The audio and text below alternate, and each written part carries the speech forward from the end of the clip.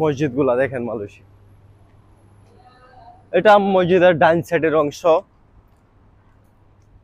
আপনার মসজিদটার চারো সাইডে রাস্তা এবং সুন্দর লেক, যা মসজিদের সৌন্দর্যকে ফুটিয়ে তুলছে।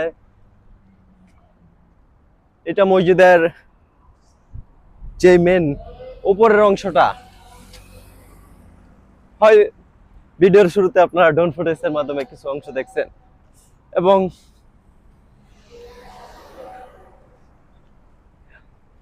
এটা একটা প্রশাসনিক এরিয়া, তো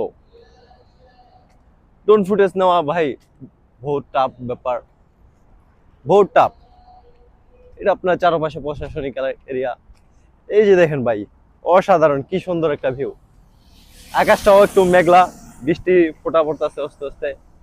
মালয়েশিয়ার এই একটা জিনিস ভালো লাগে ভাই, এই বৃষ্টি, এই এই রোদ, এই বৃষ্টি কখন যে নাইমা যাবো আপনি নিজেও বুঝতে পারবেন না।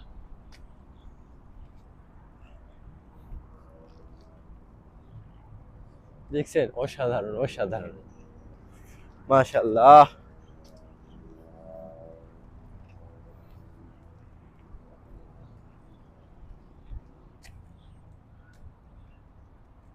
ভাই এই মসজিদটি আমি যা অনলাইন থেকে ধারণা নিচ্ছি, এই মসজিদটি 1998 সালে উদ্বোধন প্রস্তুতি নেওয়া হয়, কাজ 2000 সালে এটার উদ্বোধন করা হয়। 2 বছরের মধ্যে এই মসজিদটি কমপ্লিট করছে ভাই।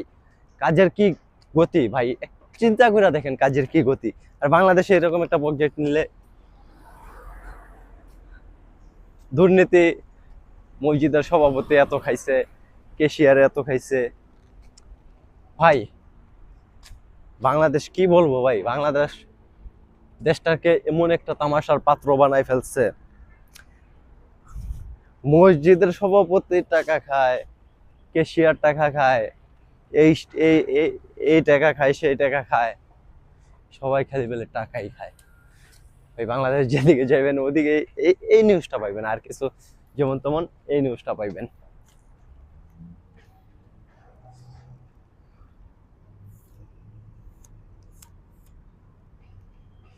অসাধারণ সুন্দর, অসাধারণ সুন্দর।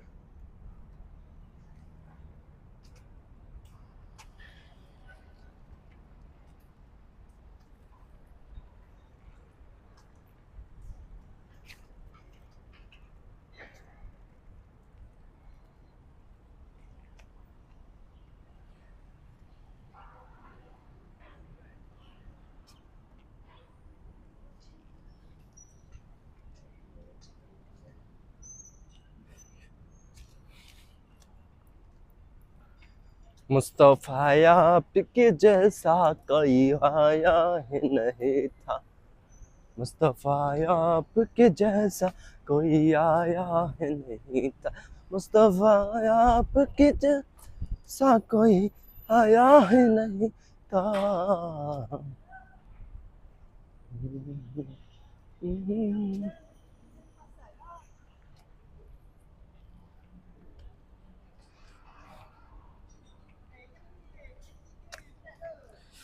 ভাই ভাই ডিজাইনটা ভাই অসাধারণ অসাধারণ, সে একটা ডিজাইন করছে ভাই।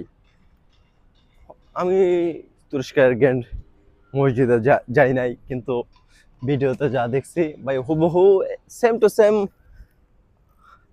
কত পার্সেন্ট ডিফারেন্স বলতে পারেন?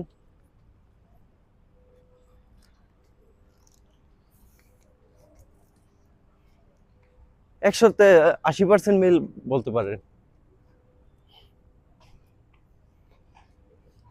আসলেই একটা সৌন্দর্যের ব্যাপার আসছে। এটা নিয়ে আমার মালয়েশিয়ার আমার এরিয়া বাদে আপনার 4-5টা মসজিদ ঘোরা হয়েছে। আপনারা আমার ইউটিউব চ্যানেলে গিয়া ভিডিওগুলা দেখতে পারেন, যদি আপনারা এরকম সুন্দর সুন্দর মসজিদ দেখতে চান। হয়তো আমার ভিডিওগুলা অনেক দেরিতে দেরিতে আসে ভাই। আমার এটা পেশা না, ইউটিউব আমার পেশা না, এটা আমার একটা শখ, শখ বলতে পারেন। ইউটিউবটা আমার একটা শখ। আমি একজন প্রবাসী, আমার মেন টার্গেট হলো আমার কাজ। আগে আমার কাজের ঠিক রাখা লাগবো, তারপরে আমার ঘোরাঘুরি। যেমন আমি মাসে আমি 2টা ছুটি পাই। সব প্রবাসীরা যেমন 80%, 90% বলতে পারেন, 90%ই সপ্তাহে একটা ছুটি। কিন্তু আমার সপ্তাহে একটা ছুটি না, আমার মাসে 2টা ছুটি। আমার 15 দিন পর পর একটা করে ছুটি। ওই কারণে আমার একটু ঘোরাঘুরি কম হয়, আমার ভিডিওগুলো একটু দেরিতে পান। যদি আমার সপ্তাহে একদিন ছুটি হইতো, ওই সময় আমি ভালো একটা সপ্তাহে হয়তো একটা করে ভিডিও দেওয়ার চেষ্টা করতাম। কিন্তু আমার তো এখন ছুটি বলতে কি, আমার মাসে 2টা ছুটি। নিজের নিজের পার্সোনাল কিছু কাজ আছে, ওইগুলা সেটেল করা লাগে এবং ঘোরাঘুরি ওইটা। ভাই এই যে অনেকে মনে করে প্রবাসে, আরে প্রবাসে শান্তি শান্তি, ভাই শান্তি আছে ভাই, নিজের জায়গা নিজে সেটেল করে নিতে পারলে শান্তি আছে। নাইলে ভাই প্রবাসীতে যে আপনারা বলে ধারণা করেন দেশে থাইকা আরে কি সুন্দর ঘুরতেছে ফিরতেছে খাইতেছে, ভাই ভাই 15টা দিন পরে ভাই একটু শরীরের রিল্যাক্সের জন্য ভাই একটু ঘুরতে বাইর হই ভাই। এটারে আপনারা শান্তি বলেন?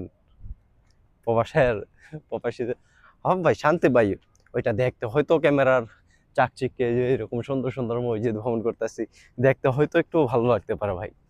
বা এই যে পরিশেষে যেমন এখন বিকাল সময়, বিকাল কিছুক্ষণ পরে আবার ভাই রাতটা পার হয়ে যাব, রাতটা পার হয়ে আবার কাজে, আবার 15টা দিন সেম টু সেম রুল। সকালে ঘুম থেকে ওইটা কাজে যাও, রাতে কাজ থেকে আইসা পাক শাক করো, রান্নাবাড়ি করে খাওয়া দাওয়া করে আবার ঘুমাও, আবার কাজ আবার কাজ, এইরকম ভাবে যে ভাই চলে ভাই। একটা দিন মাসে 2টা দিন একটু রিল্যাক্স ঘোরাঘুরি করতে পারি, এই এছাড়া আর কিছু না ভাই। ঘুরতে ভালো লাগে ভাই, ঘোরার মধ্যে একটা ফিলিংস আছে। অনেক প্রবাসীরা আছে ছুটির দিন আড্ডা উড্ডা দেয়, আমি ওইটা না ভাই। আমি একজন প্রাকৃতিপ্রেমী মানুষ, যেদিকে সুন্দর জায়গা আছে আশেপাশে, আমার আশেপাশে, ওদিকে আমি যাওয়ার চেষ্টা করি এবং আপনাদেরকেও দেখানোর চেষ্টা করি। তাই আমরা এখন একবারে শেষ পর্যায়ে চলে আসছি।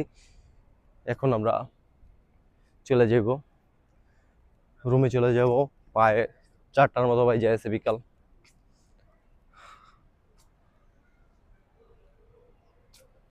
4টার মতো বাজে গেছে।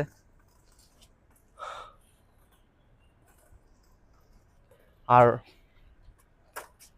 চলুন আমরা একেবারে ভিডিওর শেষ পর্যায়ে চলে আসছি। আপনাদের যারা কিভাবে কিভাবে মালয়েশিয়াতে আছেন, কিভাবে কিভাবে এখানে আসবেন, আমি ডিসক্রিপশন বক্সে সম্পূর্ণ ডিটেলস এবং কিভাবে কিভাবে আসলে আপনাদের সেভ হইব। ভাই এখানে আসলে ভাই একটা জিনিস, একটা ভোগান্তিতে ভোগা লাগতে পারে বলতে কি, আপনার গেরেব ভাড়া। আপনার গেরেব ভাড়া, যদি গেরেবে আসেন আপনি বড়জোর 10টার মধ্যে রওনা দিয়ে ফেলবেন। কুয়ালালামপুরের আশেপাশে যারা আছেন 10টার মধ্যে রওনা দিলে কি আপনার গেরেব ভাড়াটা অনেক সেভ হইব। যদি আপনি চিন্তা করেন আরে 10টা বাজে এত তাড়াতাড়ি গিয়ে আমি কি করব, 12টা বাজে রওনা দিলেন, ভাই 12টা বাজে যদি রওনা দেন আপনার 20 টাকার ভাড়া, 20 রিঙ্গিতের ভাড়া আপনার 60 রিঙ্গিত চলে আসবো। দেখেন 40 টাকা বেশি হয়ে যাব। ওই টাকাটা সেভ করার জন্য আমার জানা মতে, আমার ধারণায় যা বলে, আপনি 1 ঘন্টা আগে আসাই ভালো। 1 ঘন্টা আগে আসা এদিকের যে প্রাকৃতিক পরিবেশটা, এই যে দেখতে তো পারছেন কি সুন্দর পরিবেশটা, এই পরিবেশটা উপভোগ করতে পারবেন 1 ঘন্টা। 1 ঘন্টা যে 1 ঘন্টায় আপনি এই পরিবেশটা উপভোগ করতে পারবেন, আড্ডা দিতে পারবেন, সুন্দর একটা সময় ব্যয় করতে পারবেন। তাই আপনারা 1 ঘন্টা আগে রওনা দিবেন। এবং বৃষ্টি বৃষ্টি আইলে ভাই, যারা মালয়েশিয়াতে আছেন তারা তো জানেনই, এখানে সবকিছুর এই বৃষ্টি এই রোদ, বৃষ্টি হলে গেরেবের ভাড়া বাইরে যায়। তাই আপনারা একটু নিজের সেফ মতো চলাচল করবেন, টাকা 2 টাকা কিভাবে বাঁচে ওই চিন্তা করবেন। এখানে আপনারা কেটিএম বা বাসে করেও আসতে পারবেন, তা ওইটা ঝামেলা ভাই। এটা যেমন এটার আশেপাশে কেটিএম স্টেশন নাই, ওই নাইমাই গেরিবে আসা লাগে। আপনার সুবিধা মতো যেভাবে সুবিধা হয় ওইভাবে চলে আসবেন। আসুন লাস্টে আপনাদের একটা আমরা কিভাবে কিভাবে যাই এবং কিভাবে কিভাবে সম্পূর্ণ একটা। আর যারা ভিডিওটা ভালো লাগলো অবশ্যই চ্যানেলটিকে সাবস্ক্রাইব করে দিবেন। এই যে আমরা, এই যে শাওন ভাই আমার সাথে আসছে, উনি আমার সবসময় পার্টনার হিসাবে, পার্টনারই বলতে পারেন। আমরা দুইজনই একসাথে একটা সময় বার করে ঘোরার জন্য আসি। তাই সবাই ভালো থাকবেন এবং ফেসবুক থেকে দেখলে ফলো করে দিবেন এবং ইউটিউব থেকে দেখলে অবশ্যই সাবস্ক্রাইব করে দিবেন। সকলে ভালো থাকবেন। আল্লাহ হাফেজ। দেখা হবে পরবর্তী কোনো ভিডিওতে।